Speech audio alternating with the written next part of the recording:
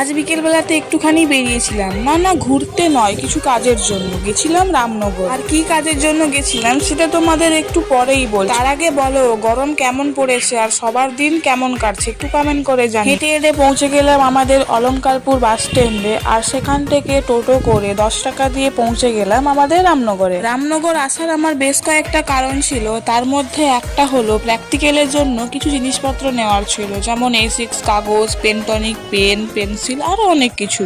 প্র্যাকটিক্যালের জিনিস নেওয়া শেষ, এবার যাব আমি একটা ঘড়ির দোকানে, কারণ কিছুদিন আগে আমি একটা ঘড়ি কিনেছিলাম যেটা আমার হাতে বড় হচ্ছে, কিছুটা কাটতে হবে, তাই জন্য ভাবলাম যখন এসেছি কেটে নিয়েই যাই। পরে আমি চলে গেছিলাম একটা মুচির দোকানে, কারণ আমার একটা জুতো সারানোর ছিল।